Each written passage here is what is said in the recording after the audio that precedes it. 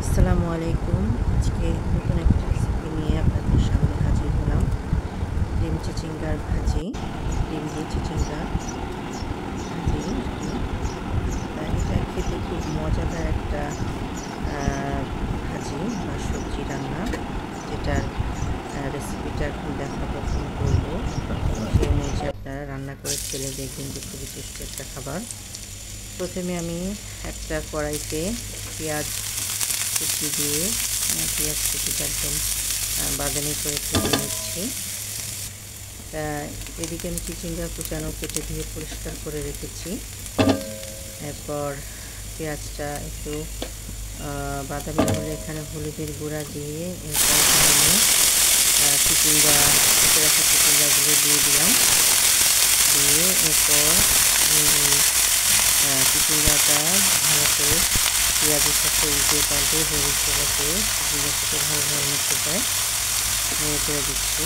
আর লবণটা দিয়ে দিলাম পরিমাণ মতো, দিয়ে এরপর সুন্দর করে ভাজা ভাজা করে নিচ্ছি। এই পর্যায়ে কিন্তু আমি এখানে কাঁচামরিচ দিচ্ছি না, কাঁচামরিচটা পরে দেবো, কারণ কাঁচামরিচ চিচিঙ্গাটা সিদ্ধ হতে দিতে অনেকটা সময় লাগবে। কাঁচামরিচটা আগে দিলে ঝাল ছড়িয়ে যাবে এবং ঝাল বেশি হয়ে যাবে, এর জন্য এটা একদম শেষের দিকে দেবো কাঁচামরিচ। আর এখানে আর কোনো রকম মশলা ব্যবহার করতে হবে না, শুধু পেঁয়াজ আর হলুদের গুঁড়া দিয়ে এই ভাজিটা তৈরি হবে, আর সাথে কাঁচামরিচ থাকবে। তো এখন ভাজিটা ভালো করে নেড়ে চেড়ে দিয়েছি, সময় ভাজা ভাজা হয়েছে।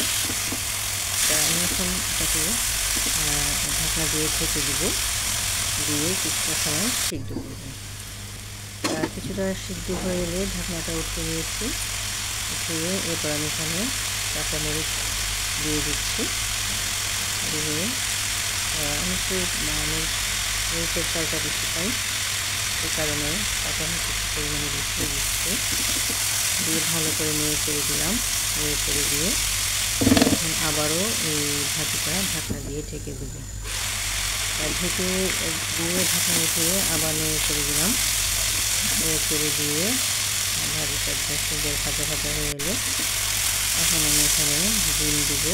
তো আমি ভাজিগুলো দুই পাশে সরিয়ে মাঝখানে ডিম দেওয়ার মতো স্পেস তৈরি করে নিলাম। তো এখানে আমি একটু সরিষার তেল দিয়ে দিচ্ছি, দিয়ে 2টা ডিমের পরিমাণ দিয়ে লবণটা দিলাম, দিয়ে এরপর 2টা ডিম ছেড়ে দিয়েছি। এখন আমি ডিমটা ভালো করে নিয়ে করে সুন্দর মতো ভেজে নেব। কিছুটা সময় থেকে ডিমটা ভেজে নেব। আর ডিমটা ভালো মতো ভাজা হয়ে গেলে এরপর আমি এখানে দিয়ে দেবো, ডিমটা ভালো করে ভেজে নিচ্ছি। ভাজা হয়ে গেলে এবার চিচিঙ্গাটা ডিমের সাথে একদম ভালো করে ভাজা ভাজা করে মিশিয়ে দিচ্ছি। ডিমটা আর চিচিঙ্গাটা অনেকটা সময় লাগবে একটু ভাজা ভাজা করে মিশিয়ে দিতে, বেশ কিছুটা সময় ভাজবো। এই ভাজাতে বাকি যতটুকু চিচিঙ্গা সিদ্ধ হওয়ার বাকি ছিল সেটা সিদ্ধ হয়ে যাবে।